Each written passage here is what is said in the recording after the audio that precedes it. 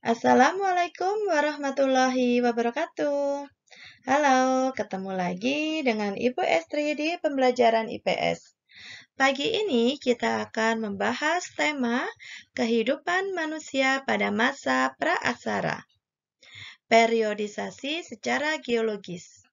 Adapun tujuan pembelajarannya, siswa mampu menjelaskan pengertian masa praaksara dan mengidentifikasi periodisasi secara geologis pada masa praaksara. Kita lanjut dengan semangat pagi. Anak-anak, pernahkah kalian mengunjungi Museum Purbakala? Ada apa di situ?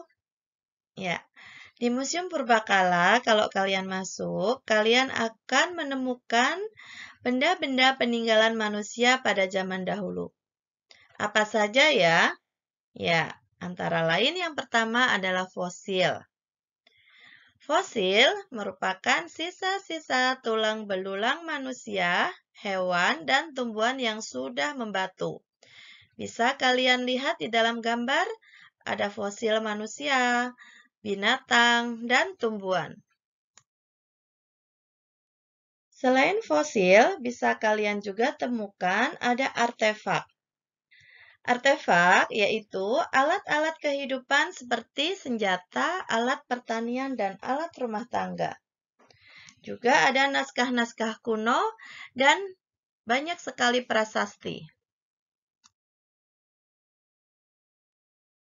Sebelum kalian mempelajari tentang bagaimana kehidupan masyarakat di Indonesia pada masa praaksara, terlebih dahulu kalian harus memahami apa yang dimaksud dengan zaman praaksara. Praaksara terdiri dari kata pra dan aksara. Pra artinya sebelum, aksara artinya tulisan. Jadi, masa atau zaman praaksara adalah masa kehidupan manusia ketika manusia belum mengenal tulisan. Masa praaksara disebut juga dengan masa nirleka. Nir artinya tidak ada dan leka artinya tulisan. Masa nirleka yaitu masa di mana tidak ada tulisan. Masa praaksara dikenal pula dengan masa prasejarah. Anak-anak, masa praaksara dimulai sejak manusia itu ada di bumi ini. Itulah titik dimulainya masa praaksara. Adapun waktu berakhirnya masa praaksara adalah ketika manusia mulai mengenal tulisan. Anak-anak, mengapa tulisan menjadi pembatas waktu masa praaksara? Ya, coba mendengarkan penjelasan Ibu. Aksara atau tulisan adalah hasil kebudayaan manusia. Fungsi utama dari aksara ini adalah untuk berkomunikasi dan membaca tentang sesuatu. Sekelompok manusia yang telah mengenal tulisan biasanya meninggalkan catatan-catatan tertulis kepada generasi berikutnya. Catatan itu berupa batu tertulis atau prasasti dan naskah-naskah kuno seperti ada dalam gambar tersebut. Dari catatan tertulis tersebut, kita dapat mengetahui kehidupan orang-orang zaman dahulu. Dengan demikian, penemuan aksara merupakan faktor penting untuk mengetahui suatu peradaban. Anak-anak, penting kalian ketahui bahwasanya berakhirnya masa praaksara tidak sama bagi tiap-tiap negara atau bangsa. Contohnya, bangsa Mesir dan Mesopotamia telah mengenal tulisan kira-kira 3000 tahun sebelum Masehi. Artinya, mereka telah meninggalkan masa praaksara kira-kira 3000 tahun sebelum Masehi. Bagaimana dengan Indonesia, negara kita? Ya, adapun masyarakat di Indonesia mulai mengenal tulisan sekitar abad ke-5 Masehi. Hal ini diketahui dari Yupa atau batu tertulis peninggalan Kerajaan Kutai yang terdapat di Muara Kaman di Kalimantan Timur. Dengan demikian, bangsa Indonesia meninggalkan masa praaksara pada abad ke-5 Masehi.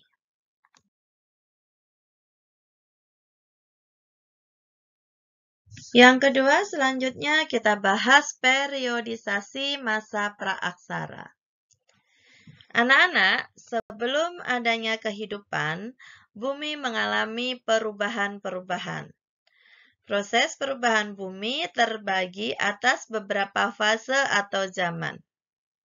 Perubahan dari zaman ke zaman berikutnya memakan waktu yang sangat lama sampai jutaan tahun. Periodisasi secara geologis. Perkembangan bumi secara geologis terbagi menjadi 4 periode. 1. Zaman Arkaikum. 2. Zaman Paleozoikum. 3. Zaman Mesozoikum. Dan 4. Zaman Neozoikum atau Kenozoikum. Selanjutnya kita akan bahas satu persatu periodisasi bumi secara geologis. Yang pertama, zaman Arkaikum. Zaman Arkaikum merupakan zaman tertua. Zaman ini berlangsung kira-kira sejak 2.500 juta tahun yang lalu. Pada waktu itu, kulit bumi masih sangat panas sehingga belum ada tanda-tanda kehidupan. 2. Zaman Paleozoikum. Zaman kehidupan tua berlangsung kira-kira 340 juta tahun yang lalu. Ditandai dengan munculnya tanda-tanda kehidupan, antara lain munculnya binatang-binatang kecil yang tidak bertulang, berbagai jenis ikan, amfibi, dan reptil. 3. Zaman Mesozoikum. Zaman kehidupan pertengahan berlangsung sejak kira-kira 140 juta tahun yang lalu. Pada zaman ini, kehidupan bumi makin berkembang. Binatang-binatang mencapai bentuk tubuh yang besar seperti dinosaurus. Sering kan kalian nonton film dinosaurus?